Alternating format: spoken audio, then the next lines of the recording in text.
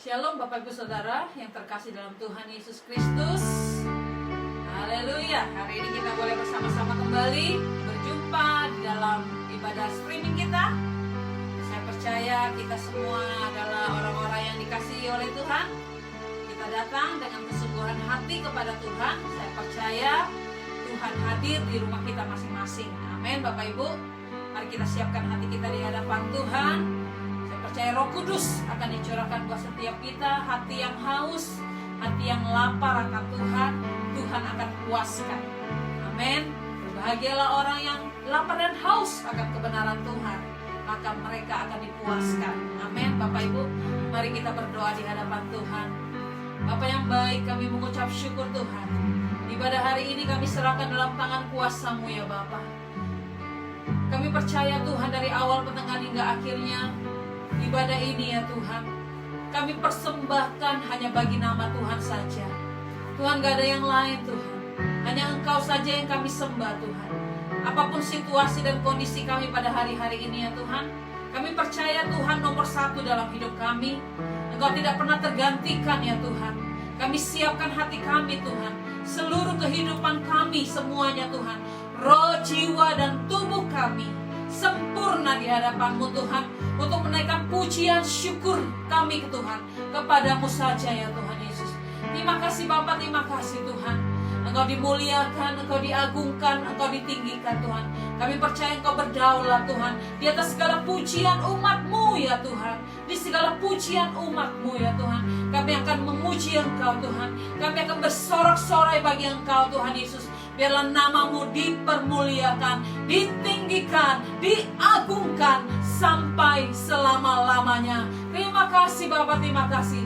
Hati kami siap untuk memuji Engkau saat ini Bapak. Dalam nama Tuhan Yesus kami berdoa dan mengucap syukur. Haleluya. Bersama kita katakan amin. Tepuk tangan buat Tuhan kita yang luar biasa. Haleluya, haleluya. Bapak Ibu, mari kita bangkit berdiri bersama-sama. Kita akan memuji Tuhan, sebab hari ini hari yang dijadikan oleh Tuhan. Haleluya.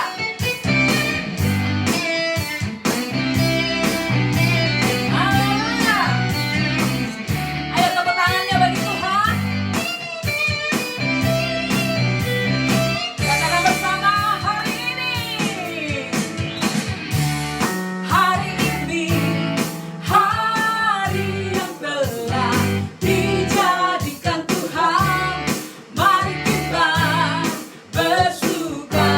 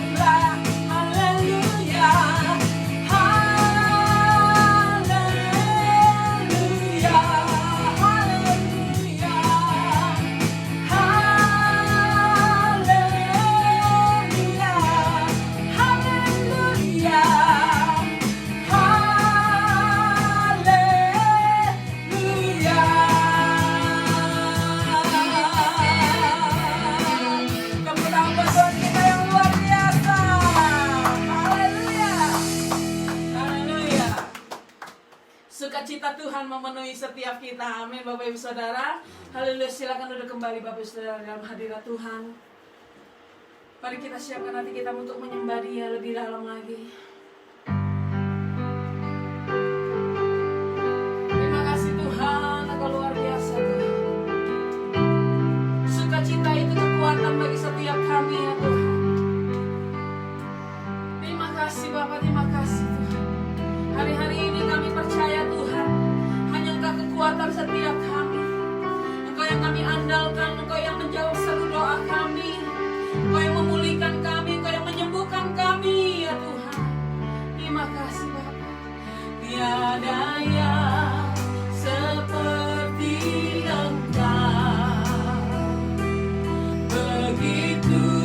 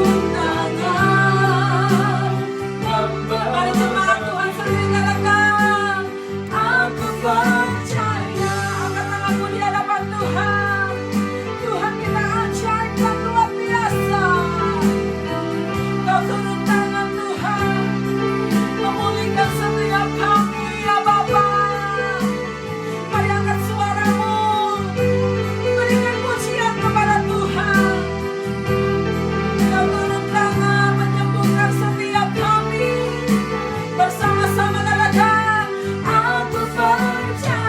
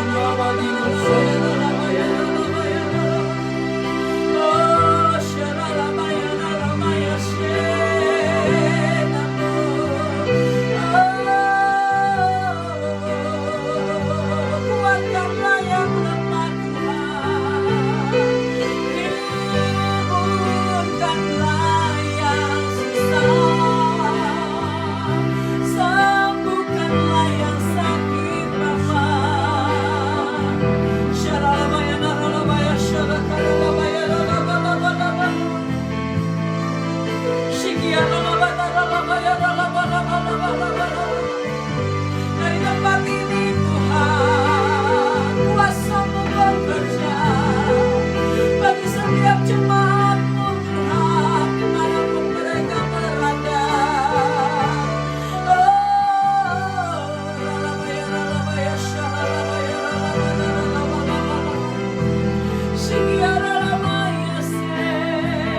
Kami mengasihi-Mu Bapa, kami mengasihi-Mu Tuhan. Haleluya. Thank you Jesus. Dari Bapak Ibu Saudara, angkat kedua tanganmu di hadapan Tuhan. Angkat kedua tanganmu di hadapan Tuhan. Aku percaya Tuhanku ajar, Kau turun tangan memulihkanku. Aku percaya Tuhanku dahsyat, Kau turun tangan memberkati. Kau turun tangan, Kau turun tangan memberkati. Sekali lagi katakan, Kau turun tangan memberkatiku. Yes Lord, yes Jesus. Terima kasih Tuhan, terima kasih Bapak.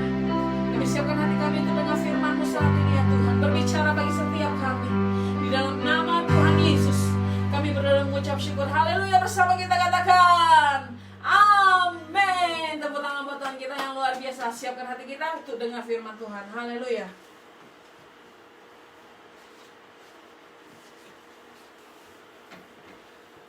Puji Tuhan, Bapak Ibu Saudara sekalian yang dikasihi dan diberkati Tuhan. Salam sejahtera buat setiap kita. Shalom.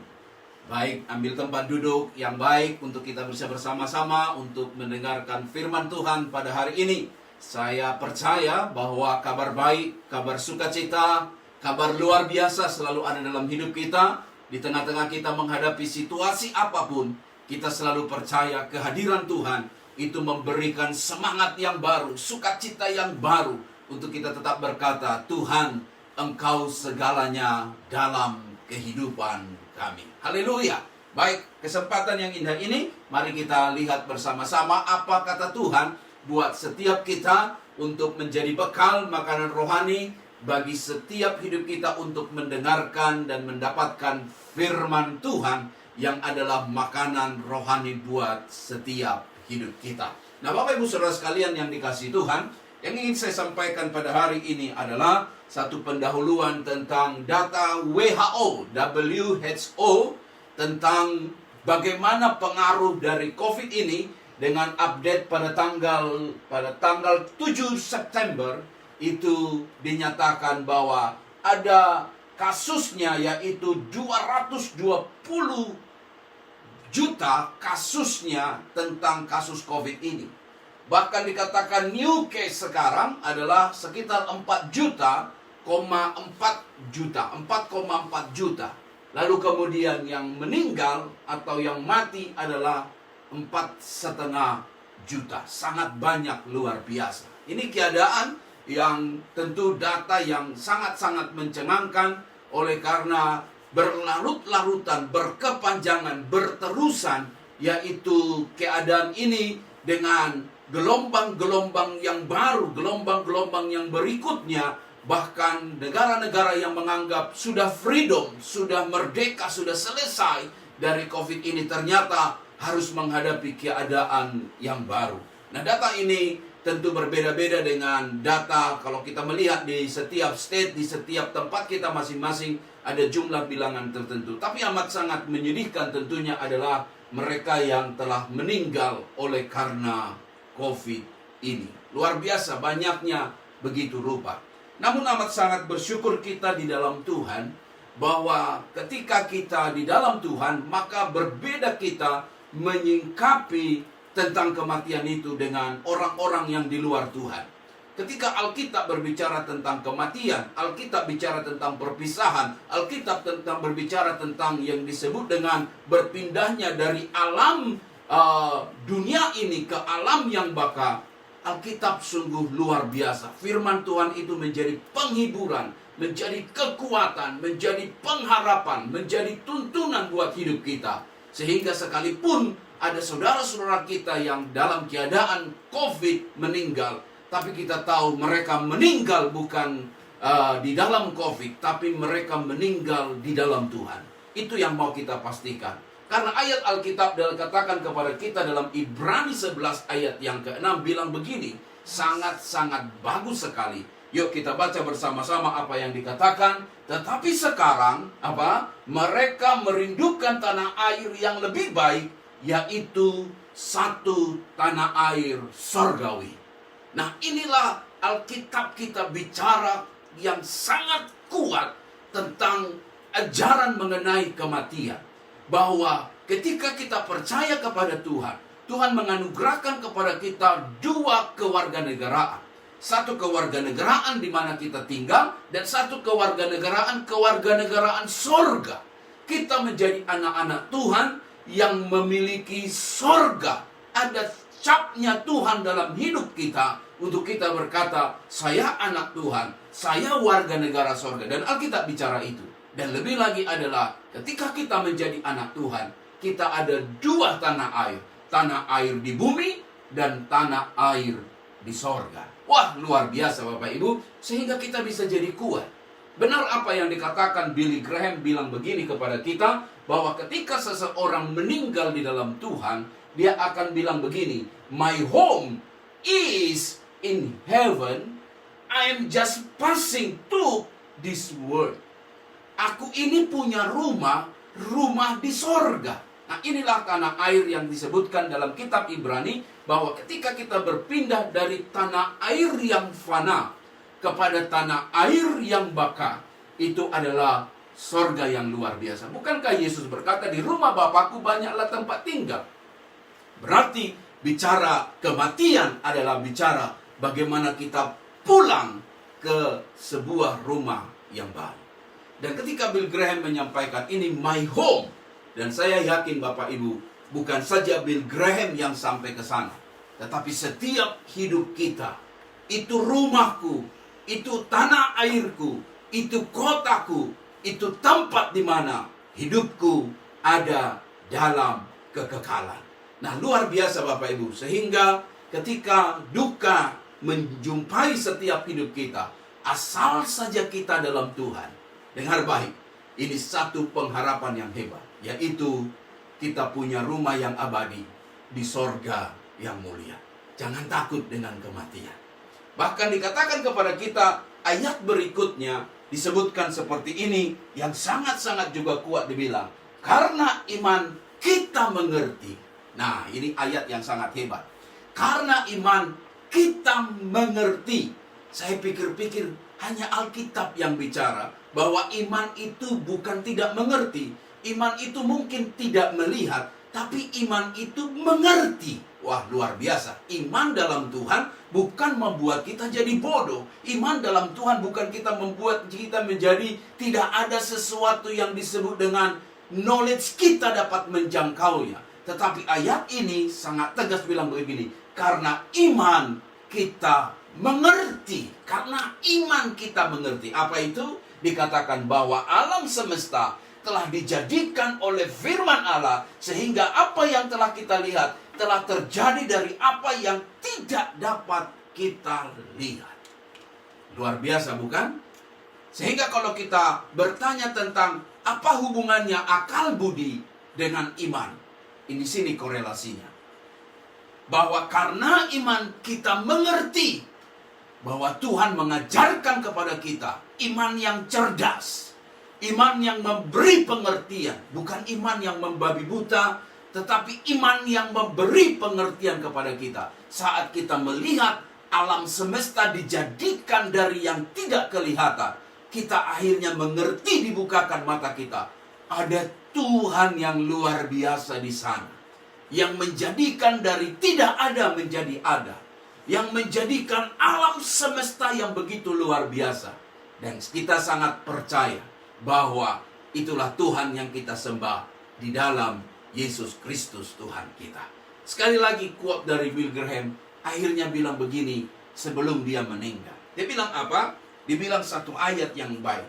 Someday you will read and hear that Bill Graham is dead. Suatu ketika engkau akan mendengar dan melihat mungkin namanya adalah Bill Graham sudah meninggal. Tetapi dikatakan, but don't you believe a word of it. I shall be more alive than I am now. Tapi jangan engkau percaya kata-kata itu, bahwa sesungguhnya sekalipun aku mati, tapi sesungguhnya aku sebenarnya hidup lebih lama lagi. Inilah hidup yang kekal itu. Haleluya. Lebih lama lagi. Bahkan dikatakan, I will just have changed my address. Hebat, luar biasa Bapak Ibu. Ayat ini menjadi ayat kekuatan iman setiap Bapak Ibu. Dimanapun engkau sedang berada. Ketika mungkin kematian sedang mau menjemput hidup kita, ingat baik, orang yang meninggal di dalam Tuhan, dia hanya berpindah alamat.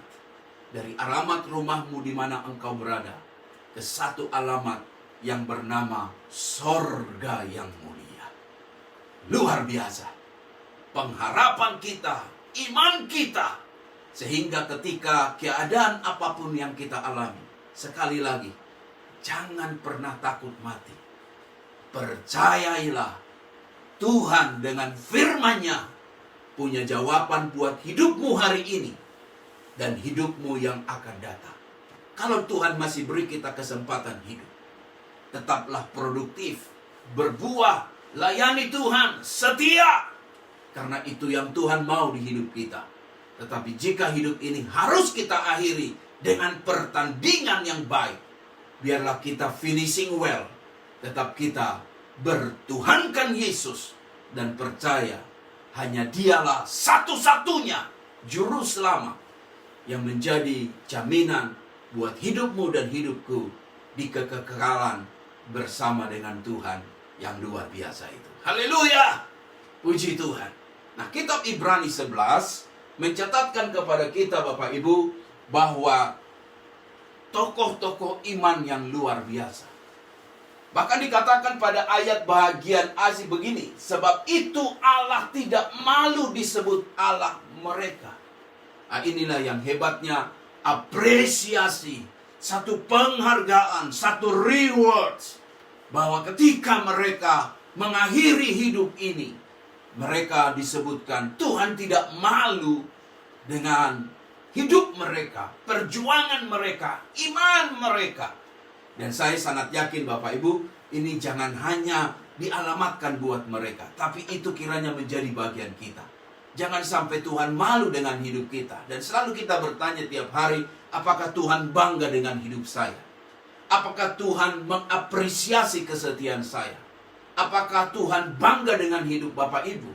Atau malah sebaliknya, Tuhan malu dengan hidup kita, di mana hidup kita bukan jadi batu penjuru, tapi jadi batu sandungan. Hidup kita bukan jadi berkat bagi banyak orang, tetapi menjadi cemoohan. Sampai orang bilang, orang Kristenkah seperti itu? Karakter Kristuskah seperti itu? Tetapi ayat ini biar kiranya menjadi milik kita. Bahwa ketika Tuhan mengapresiasi tokoh-tokoh iman yang ada dalam kitab Ibrani itu, Tuhan bilang begini, aku tidak malu disebut Allah mereka. Ada beberapa tokoh-tokoh iman yang dicatatkan di sini. Ada iman Habel, iman Henok, iman Nuh, iman Abraham, iman Ishak, iman Yakub, iman Yusuf, iman Musa, dan iman-iman yang lain. Sekali lagi, mereka bukan orang yang sempurna. Kesempurnaan tidak ada pada manusia, siapapun. Kesempurnaan hanya ada pada Tuhan.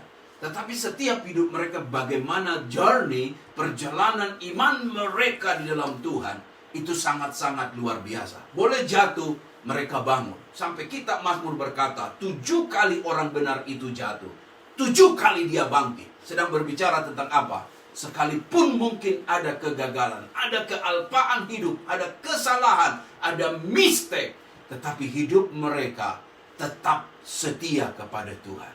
Abraham itu menjadi tokoh yang maunya kita bahas hari ini, dan kiranya itu menjadi kekuatan bagi kita. Bagaimana kualitas iman Abraham sehingga Tuhan berkata, aku tidak malu dengan mereka, karena aku tidak malu sebagai Allah bagi mereka. Dan saya percaya ini menjadi pelajaran penting buat hidup kita. Kita belajar yuk dari kualitas iman Abraham, sehingga iman itulah yang membuatkan sungguh luar biasa. Ada sebutan Allah Abraham, Allah Ishak, Allah Yakub, Allah Israel. Hebat, luar biasa. Pasti ada sesuatu yang sangat spesial, dan ini kiranya menjadi berkat buat kita. Yang pertama, kita bisa pelajari pada ayat yang ke-8. Ayat 8 bilang begini, yuk baca bersama-sama apa kata Tuhan buat kita di hari yang indah ini. Ayat 8, baca keras. Karena iman Abraham taat ketika ia dipanggil untuk berangkat ke negeri yang akan diterimanya menjadi milik pusakanya. Lalu ia berangkat dengan tidak mengetahui tempat yang ia tujui. Nah, ini yang saya katakan, iman Abraham adalah iman yang taat. Perhatikan apa yang saya highlight. Akan diterimanya. Sudahkah diterima? Belum. Masih akan. Nah, perjalanan iman itu seringkali dia tidak menuntut pengertian kita. Bukan tidak mengerti, tetapi tidak menuntut pengertian kita, tetapi dia menuntut ketaatan kita. Abraham luar biasa. Sekalipun negeri itu bernama negeri akan, masih belum tahu di mana, tetapi Abraham taat kepada Tuhan, dan Tuhan memperhitungkan itu sebagai kebenaran. Dan bukan saja itu, tidak mengetahui tempat yang ia tuju. Tidak, dia tahu sama sekali, tapi taat. Hebat bukan? Bahwa Tuhan itu sangat mengerti bahwa dia berdaulat di semua caranya. Dan tidak ada rencana Tuhan yang gagal. Tidak ada rencana Tuhan mendatangkan kecelakaan bagi hidup Bapak Ibu. Tidak ada rencana Tuhan untuk Bapak Ibu menjadi sengsara ikut dia. Tetapi adakah kita mau taat kepada Tuhan? Itu permasalahannya. Seringkali kita bilang begini, Tuhan mengapa ini, Tuhan mengapa itu, Tuhan kenapa ini, kenapa itu. Tapi seringkali kita jauh dari ketaatan. Coba kerjakan dengan taat. Seringkali, sekali lagi, Tuhan tidak membutuhkan kadang-kadang pengertianmu. Tapi Tuhan mau engkau taat kepada firman-Nya. Ketika engkau taat, engkau akan melihat sungguh perkara yang luar biasa Tuhan nyatakan dalam hidup kita.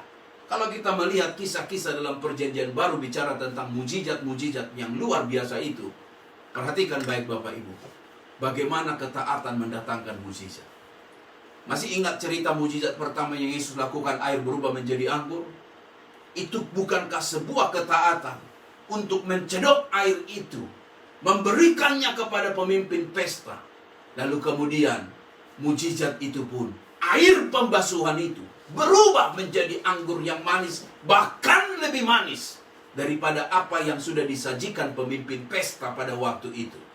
Dan itu saya mau katakan, di balik setiap ketaatan ada mujizat Tuhan. Tuhan juga berkata kepada orang yang lumpuh itu, berdirilah, angkatlah tilammu, berjalanlah.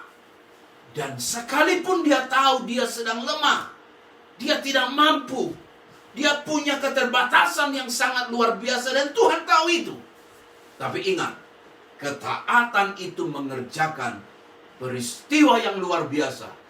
Tulang yang lemah itu jadi kuat. dan kemudian dimampukan untuk berjalan. Bahkan bukan saja berjalan, dimampukan untuk angkat tilam, dan dia mengalami mujizat. Bapak Ibu, apapun yang engkau alami, sekalipun mungkin engkau dalam keadaan isoman, isolasi mandiri, engkau sedang ada dalam keadaan karantin, kerjakanlah ketaatan itu. Ketaatan berdoa, ketaatan membaca firman, ketaatan melangkah dengan iman. Engkau akan melihat bahwa sesungguhnya tempat di mana engkau berada, situasi di mana engkau mengalami sesuatu, tidak akan menjadi penjara yang menyakitkan, tapi menjadi kesempatan untuk engkau berkata dan bilang begini, Tuhan, aku mau taat kepada engkau, sekalipun aku tidak mengerti, untuk aku mengerjakannya itu bagi kemujian dan kemuliaan nama Tuhan. Saya yakin Bapak Ibu, hasilnya adalah akan ada mujizat yang luar biasa. Haleluya. Abraham demikian. Bahkan kalau kita melihat Bapak Ibu, poin kita yang kedua, bukan saja iman yang taat. Pada Abraham ada yang disebut dengan iman yang berpengharapan. Ayatnya bilang begini kepada kita, yuk baca sama-sama. Karena iman, ia diam di tanah yang dijanjikan, seolah-olah di suatu tanah asing, dan di situ ia tinggal di kemah dengan Ishak dan Yakub, yang turut menjadi ahli waris janji yang satu itu. Apa? Sebab ia menanti-nantikan kota yang mempunyai dasar, yang direncanakan dan dibangun oleh Allah. Nah, ayat 9 dan ayat 10 bicara tentang pengharapan. Bahwa dikatakan suatu kota, suatu tempat, yang menurut dia di sanalah nanti akan Ishak dan Yakub keluarganya.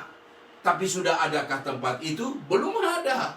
Sudahkah wujud tempat itu? Belum nampak.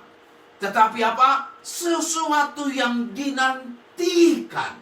Hebat, luar biasa bukan? Sesuatu yang didambakan, sesuatu yang diharapkan, sesuatu yang diimpikan untuk dia dengan keturunannya berdiam di kota itu. Nah, pengharapan itu dikatakan kitab Ibrani juga kepada kita adalah sau yang kuat bagi jiwa. Nah, apa yang kira-kira saya memikirkan saat saya mempersiapkan khotbah ini? Apa kira-kira yang cukup mahal akhir-akhir ini? Apakah beras? Apakah kesehatan? Ya bisa saja. Ada banyak orang hilang pekerjaan, untuk menyambung hidup, untuk makan, harus dikurangkan dan semua hal, termasuk tentang kesehatan. Tetapi saat saya merenungkan firman ini, saya berpikir sejenak bahwa yang cukup mahal akhir-akhir ini adalah tentang pengharapan. Pengharapan akan keadaan lebih baik. Bukankah kalau kita melihat sektor bisnis sekarang ini, banyak para usahawan, pengusaha yang sepertinya blank, tidak ada planning, rencana tentang bisnisnya. Kalau ditanya bagaimana untuk berikutnya, tahun depan bagaimana, tidak ada idea, tidak ada suatu hal yang menjanjikan. Sebab ketika dikerjakan, di plan, ternyata tiba-tiba lockdown, ternyata tiba-tiba harus isolasi mandiri, harus kena COVID positif. Oh, itu menjadi balik kepada hal yang tidak diharapkan. Dan akhirnya banyak orang menjadi hopeless. Tidak ada pengharapan. Ya sudahlah, jalan sajalah. Apalagi dalam pekerjaan pun demikian. Ada banyak dream khususnya anak-anak muda yang berpikir, oh aku akan belajar, aku akan bekerja, setelah bekerja aku akan menabung, aku akan punya properti, akan punya mobil, dan aku akan menikah. Semuanya itu ternyata lockdown, semua pun berubah. Bapak Ibu Saudara sekalian yang dikasihi Tuhan, pengharapan menjadi nilai yang sangat mahal di keadaan itu. Belum selagi tentang pariwisata. Kalau kita melihat Facebook setiap tahun selalu kemudian mereview kita, memberikan sejarah kenangan-kenangan di masa yang lalu. Yang 7 tahun lalu, 3 tahun lalu, 2 tahun yang lalu, pergi kemana kita. Tapi ternyata tahun ini, bahkan dalam 2 tahun ini, kita tidak bisa pergi kemana-mana. Sehingga udahlah, Biarlah itu tiket hangus. Karena apa? Kita sudah beli tiket, sudah plan, tiba-tiba lockdown, tidak dapat pergi kemana-mana, dan kemudian mau cari tanggal pun pusing. Kita tidak tahu sampai kapan ini akan berakhir. Nah, ini keadaan yang sangat-sangat menyedihkan. Belum saja lagi yang disebut dengan sektor, yaitu tentang kesehatan. Tahukah Bapak Ibu, obat yang hebat, rumah sakit yang hebat, sudah tidak menjadi jaminan. Seberapa banyak uang kita ternyata hanya untuk obat bagi penyakit COVID-19 ini. Hanya bicara tentang imun tubuh. Ada orang banyak menabung tabung gas, menyimpannya, lalu kemudian cari obat ini, obat itu, vitamin ini, vitamin itu. Wow, ternyata tidak menjadi obat yang sangat manjur. Karena apa? Toh obat itu seolah-olah datang dari natur sendiri, dari alamiah, yaitu yang disebut dengan imun tubuh. Nah, Bapak Ibu, di semua keadaan yang sedang kita alami, nasihat khotbah hari ini adalah milikilah iman yang tetap berpengharapan. Milikilah tetap iman yang percaya bahwa hari besok jauh lebih baik dari hari ini. Milikilah iman bahwa tidak ada yang abadi di dunia ini, sekalipun itu virus. Bahkan kalau kita melihat keadaan yang ada, kadang-kadang kita menjadi tawar hati. Kadang-kadang kita bilang begini, sudahlah, semuanya tidak ada gunanya. Bapak Ibu, Tuhan tahu apa yang engkau alami. Tuhan mengerti kesusahan apa yang kita derita. Tetapi tetaplah berpengharapan kepada Tuhan. Bagaimana Abraham bisa tetap berpengharapan pada Tuhan? Hebat ayat firman ini. Dia memberikan penjelasan kepada kita. Ayat berikutnya bilang begini. Yuk baca bersama. Dia bilang begini. Karena iman, ia juga dan Sarah beroleh kekuatan untuk menurunkan anak cucu. Walaupun usianya sudah lewat. Karena apa? Ia menganggap dia yang memberikan janji itu setia. Apa yang harus ada pada iman pengharapan kita? Dengar. Berpengharapanlah bukan untuk situasi. Berpengharapanlah bukan pada keadaan. Tapi berharap dan peganglah janji Tuhan bahwa Tuhan yang engkau kenal adalah Tuhan yang setia. Kalau kita lihat arah pandangan kita kepada keadaan, kita bisa jadi lemah. Kita bisa tidak mampu. Bisa jadi bilang begini, ya sudahlah. Tetapi ketika kita arahkan mata hati kita kepada Tuhan, bahwa Tuhan itu Tuhan yang berjanji. Tuhan itu Tuhan yang setia. Tuhan itu Tuhan yang menggenapi janjinya. Saya yakin Bapak Ibu, setiap hidup kita akan mendapatkan kekuatan yang baru. Bukankah janji Tuhan keturunannya seperti bintang di langit, keturunannya seperti pasir di tepi laut? Demikian katanya. Tapi belum melihat itu. Namun tetap berharap kepada Tuhan. Dan dengar, pengharapan itu tidak akan mengecewakan. Hebat bukan? Tetap nantikan Tuhan. Haleluya. Tetap percayai Tuhan. Bahkan ayat yang hebat dalam kitab Yesaya 40 ayat 31 bilang begini. Yuk baca bersama-sama ayat yang hebat ini. Tetapi orang-orang yang menanti-nantikan Tuhan mendapat kekuatan baru. Mereka seumpama raja wali yang naik terbang dengan kekuatan sayapnya. Hebat bukan Bapak Ibu? Orang yang menanti-nantikan Tuhan bukan jadi malas. Mendapat kekuatan yang baru. Ada kekuatan yang ekstra. Bahkan dikatakan, mereka seumpama raja wali yang naik terbang. Hebat Bapak Ibu. Saya yakin ketika kita belajar tentang hidup dari raja wali, untuk dia menambah usia 40 tahun lagi, maka dia harus naik ke tempat yang lebih tinggi. Paruhnya dipatokkan pada batu. Dan bagaimana bulunya akhirnya berubah menjadi tumbuh bulu-bulu yang baru. Kukunya pun demikian.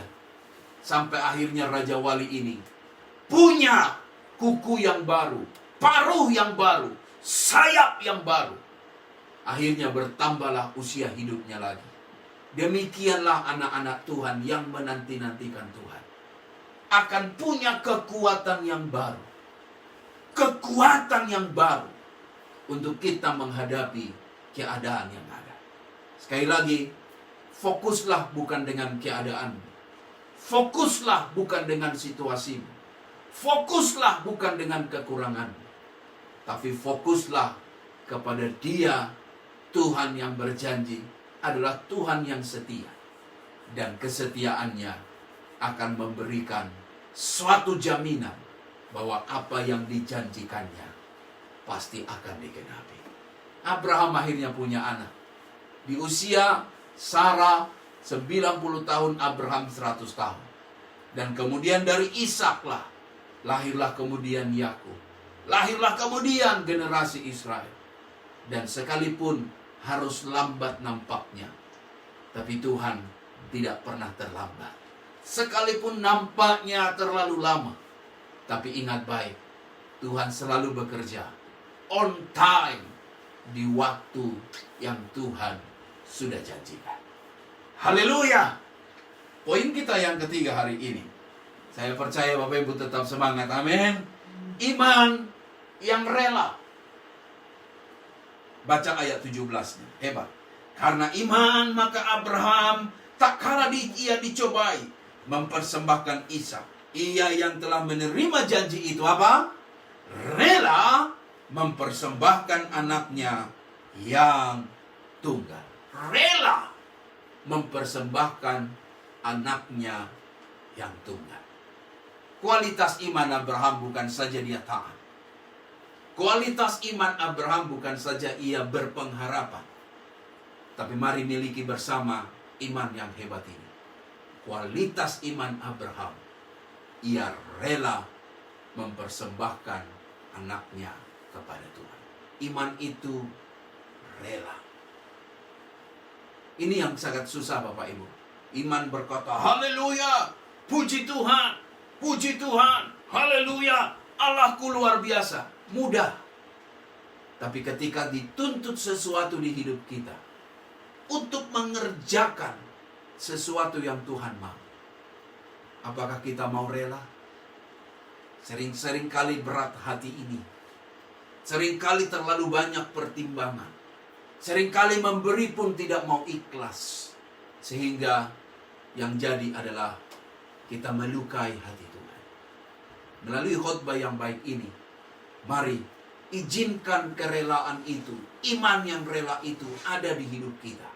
Sehingga saya sangat percaya bahwa apapun yang kita kerjakan bagi Tuhan, Tuhan lebih tahu apa yang terbaik bagi Dia, dan Tuhan selalu merespon sikap hati kita. Ini yang dikerjakan oleh Ayub. Sekalipun pada awalnya ia berbantah-bantahan dengan dirinya, mengapa dia harus menghadapi keadaan yang ada. Tetapi kalimatnya kepada istrinya merupakan satu kalimat iman yang rela. Masakan kita hanya mau menerima yang baik saja dari Tuhan, sementara baik dan dengan tidak baik itu sesuatu yang dijodohkan. Bagaimana perspektif iman Ayub, bahwa di balik iman yang berkata Tuhan itu hebat dan setia, harus ada juga iman yang rela. Siapa kita di hadapan Tuhan? Tuhan itu berdaulat, Tuhan itu pencipta, kita hanya ciptaan. Jangan berbantah dengan Tuhan, jangan berdebat dengan Dia. Miliki satu sikap yang rela. Kalau hidupmu mau dipakai oleh Tuhan, relakan. Tuhan bilang, aku mau dipakai oleh engkau, pakailah seturut maumu. Dan hidup yang rela diberikan kepada Tuhan adalah persembahan yang harum dalam kemuliaan Tuhan. Abraham akhirnya membawa Ishak. Bukit Moria menjadi saksi. Bukan Ishak yang jadi akhirnya dikorbankan, tapi ada domba yang tertambat yang akhirnya dipersembahkan bagi Tuhan. Membuktikan Tuhan melihat respon hatimu. Apakah engkau rela? Atau engkau menahan-nahan? Atau engkau terpaksa? Atau engkau berdumel? Engkau bersungut? Kiranya itu dijauhkan. Tapi miliki iman yang rela, yang berkata, Tuhan, aku datang dengan telanjang, pulang dengan telanjang. Tidak ada yang aku harus pertahankan. Hidup ini hanya akan berarti bukan karena uang, bukan karena handphone, bukan karena yang lain, Tapi hidup ini berarti hanya kalau ada Tuhan dalam setiap hidup kita. Haleluya. Menutup khotbah saya mengenai satu tayangan YouTube yang sangat baik yang akhir-akhir ini saya melihatnya dan mendengarnya, mempelajarinya. Bagaimana perbincangan antara seorang Mata Natsua dengan Renal Kasali, guru besar Fakultas Ekonomi Bisnis University of Indonesia. Menarik dalam pembicaraan itu tentang bagaimana menghadapi yang disebut dengan new normal. Kita menghadapi new normal, betul. Apalagi sejak 9/11, yaitu bagaimana 20 tahun yang lalu ada peristiwa yang hebat, yaitu teroris menyerang Pentagon. Sehingga hal-hal yang security, hal-hal yang safety itu menjadi sangat-sangat penting. Orang dulu kalau pergi naik pesawat terbang, bebas saja. Kemudian mobil kita masuk ke hotel, biasa saja. Tetapi setelah peristiwa itu, berubah normal yang baru. Mulai ada scan, mulai ada cek tas, lalu kemudian kalau kita lewat airport sampai tali pinggang atau gesper pun harus dibuka, dompet dikeluarkan, dicek begitu rupa, masuk bangunan pun demikian, tasnya dicek. Karena apa? New normal setelah peristiwa serangan teroris 20 tahun yang lalu. Dunia pariwisata, dunia di mana kita tinggal, semuanya berubah. Dulu ke airport cuma 2 jam dikatakan, tapi harus tambah lagi 1 jam, 3 jam untuk diperkirakan ada cek mengenai keselamatan. Demikian juga dengan COVID yang ada. Berubah semuanya. Social distancing, kemudian ada vaksin yang sangat-sangat menyita perhatian kita semua. Lalu kemudian ada yang disebut menggunakan masker, lalu kemudian ada disebut dengan hal-hal yang lainnya. Tetapi dari pembicaraan mereka amat sangat saya terinspirasi karena Renal Kasali bicara bahwa di balik semuanya itu kita tidak boleh menyerah. Kita harus melihat yang namanya tetap ada opportunity. Ada kesempatan, ada peluang. Artinya jangan hanya marah dengan keadaan yang ada, tapi miliki pikiran yang cerdas. Bahkan dibungkakan satu fakta baru. Dulu kalau kecerdasan itu hanya datang dari meja kuliah, datang dari university, dari sekolah. Tapi sekarang kecerdasan itu bisa muncul dari keadaan apa yang kita alami saat kita bertahan dan kita tetap bisa produktif. Akhirnya kita boleh cerdas. Akhirnya kita boleh sekarang online dan kemudian semua kita kerjakan. Dan ini adalah dikatakan sebuah peluang.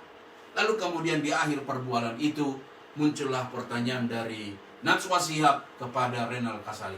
Berikan tolong 3 tips atau berapa tips yang mungkin bisa Anda sampaikan untuk mengencourage generasi muda, secara khusus kita yang juga bisa hari ini mendengarkan khotbah ini. Dan saya yakin tipsnya ini sangat-sangat menarik.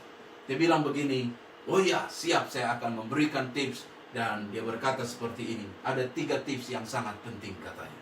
Siaran ini sudah tahun 2020 di bulan Jun, tetapi amat sangat saya terinspirasi. Dibilang begini, untuk menghadapi keadaan yang ada 3. Yang pertama adalah harus mau susah. Oh haleluya, harus mau susah. Bilang dengan orang sebelahmu, harus mau susah. Bilang dengan dia, harus mau susah. Bilang dengan dirimu, harus mau susah. Mungkin Anda bilang dengan saya, Pak Pendeta saya udah susah, tidak mau susah lagi. Dengar baik, harus mau susah. Kalau engkau tidak rela menghadapi keadaan yang ada, yang muncul adalah jadi stres. Saya tambahkan ini kalimat, bukan harus mau susah, harus rela susah. Sekarang ini kan harus pakai masker. Mau bernafas saja susah. Pakai lagi masker. Wow, kita harus rela susah. Kalau tidak, di fine 500 Australian dollar. Orang tidak pakai masker. Siapa yang mau membayarnya? Uang kita sebanyak berapa? Tapi harus mau susah. Kita pakai masker. Harus diswab. Oh, susah lagi. Hidung udah lubangnya terbatas, ditusuk lagi. Kita harus bilang, gak apa-apa, harus mau susah. Karena apa? Tanpa swab, Tanpa vaksin sekarang, banyak pabrik-pabrik, banyak tempat pekerjaan tidak akan bisa mengizinkan kita kerja tanpa dua hal itu, swab dan vaksin. Harus rela susah. Amin. Amin. Yang kedua, jangan kaku dengan perubahan. Nah, ini sekarang sudah berubah. Wow, sudah berubah. Dunia kita ditinggal ini sekarang dibutuhkan yang namanya kecerdasan teknologi. Kecerdasan membaca konteks katanya. Sekarang handphone pun semuanya. Semua harus beli online. Mau nggak mau harus kita belajar. Apa yang disebut dengan banking online. Transfer banking. Belajar semuanya. Dan sekali lagi, jangan kaku dengan perubahan. Dan saya percaya Bapak Ibu, kita hidup di zaman ini, kita harus mau berubah. Bapak-bapak harus mau berubah. Ibu-ibu harus mau berubah. Anak-anak harus mau berubah. Zaman sudah sedemikian berada sekarang. Jangan kaku dengan perubahan. Yang ketiga dikatakan, jaga integriti. Ini sangat menarik Bapak Ibu. Artinya apa?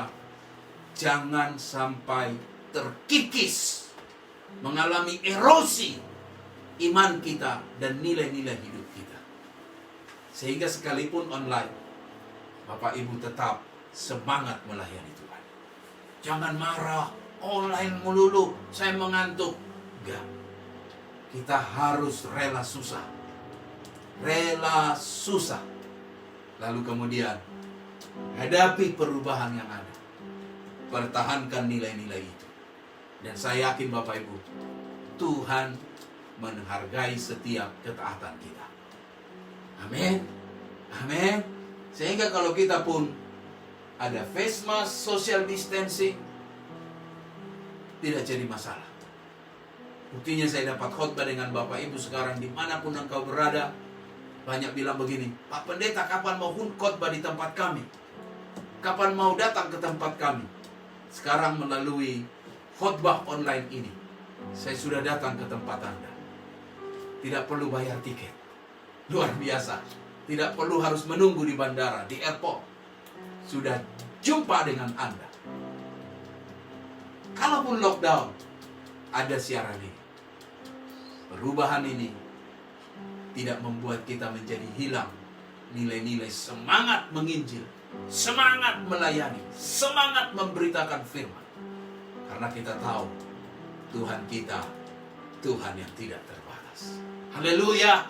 Tuhan kita, Tuhan yang hebat. Tetaplah semangat. Khotbah-khotbah minggu seperti ini selalu bernuansa seperti ini untuk mengencourage Bapak Ibu. Jangan lemah, jangan putus asa. Kita doakan yang terbaik untuk negara di mana kita tinggal bersama-sama. Supaya Tuhan beri hikmat kebijaksanaan kepada para pemimpin untuk menentukan bagaimana kita bisa freedom, bebas dari COVID ini. Tuhan Yesus memberkati Bapak Ibu. Tetap semangat. Kita berjumpa lagi pada ibadah minggu depan. Haleluya. Mari kita satu di dalam doa kita. Biar Tuhan memberkati hidup kita. Tundukkan kepalamu, kita satu dalam doa. Bapa yang baik, Tuhan yang luar biasa, terima kasih kami belajar firman hari ini. Mengajar kami sesuatu yang sangat penting tentang kualitas iman.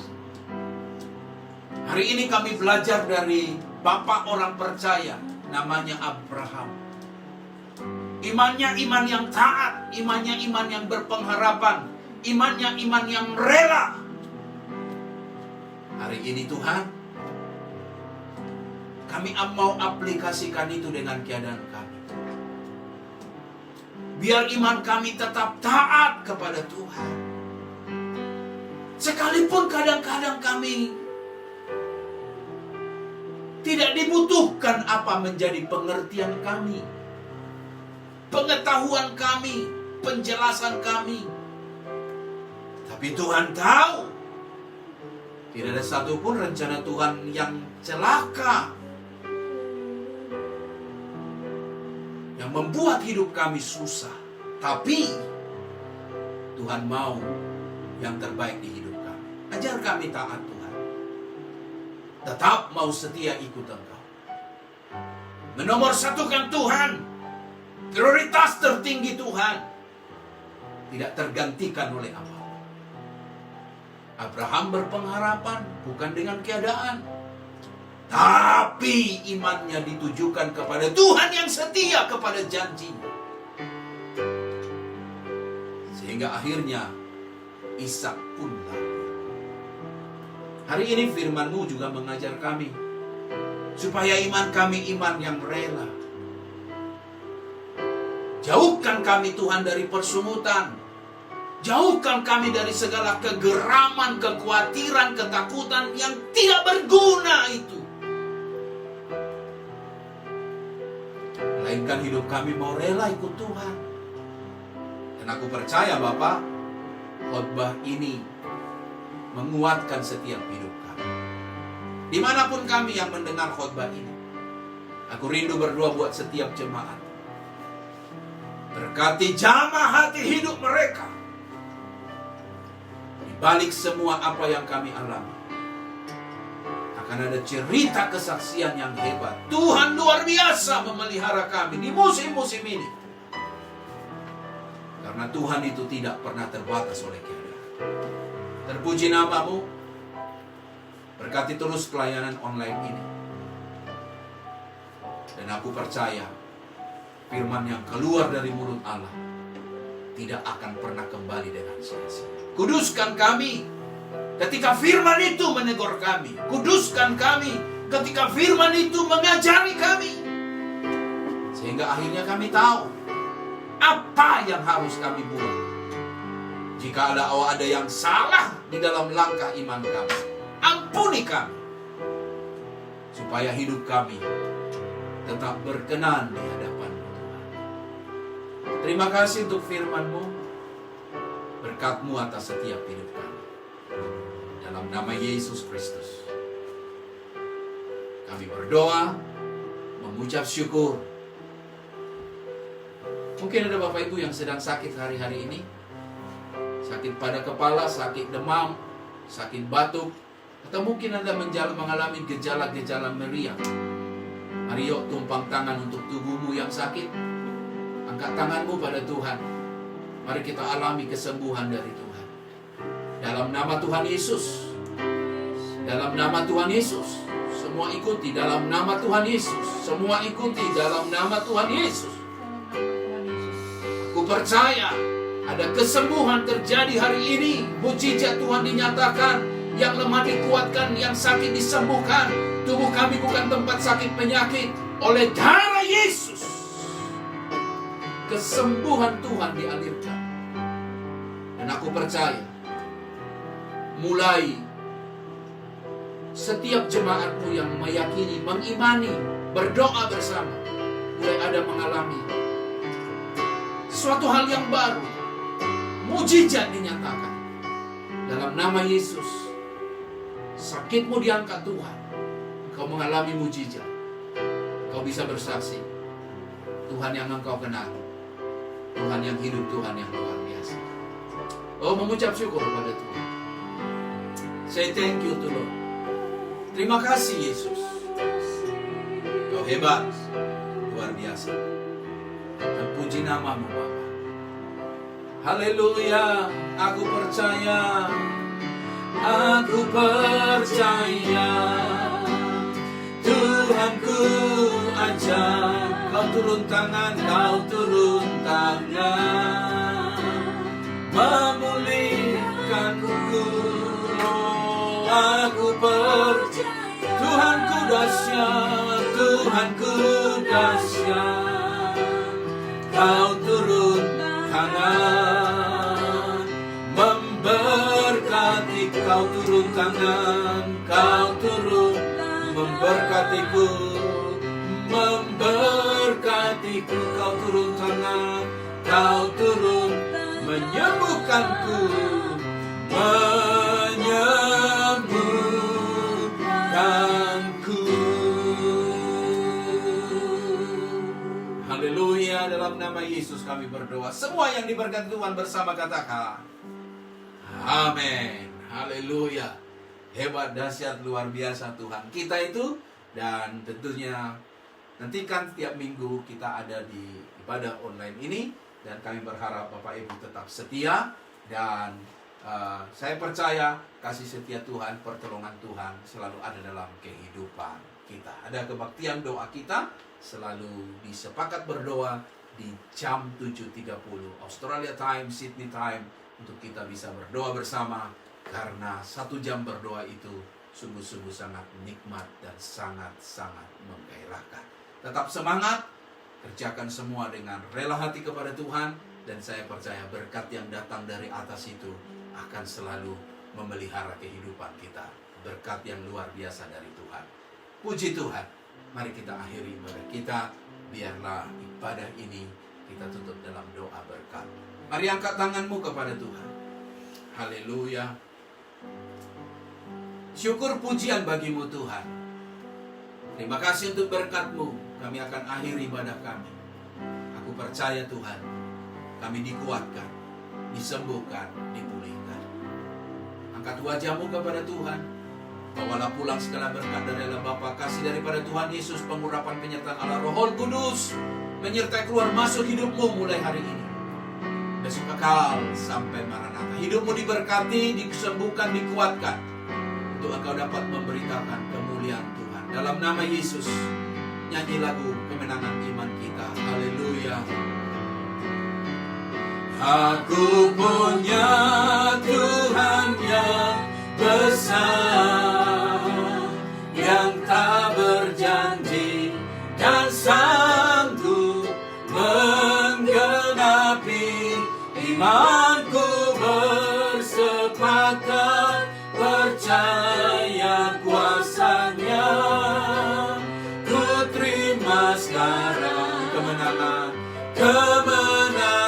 dari, ku terima sekarang, ku terima sekarang kemenangan darimu.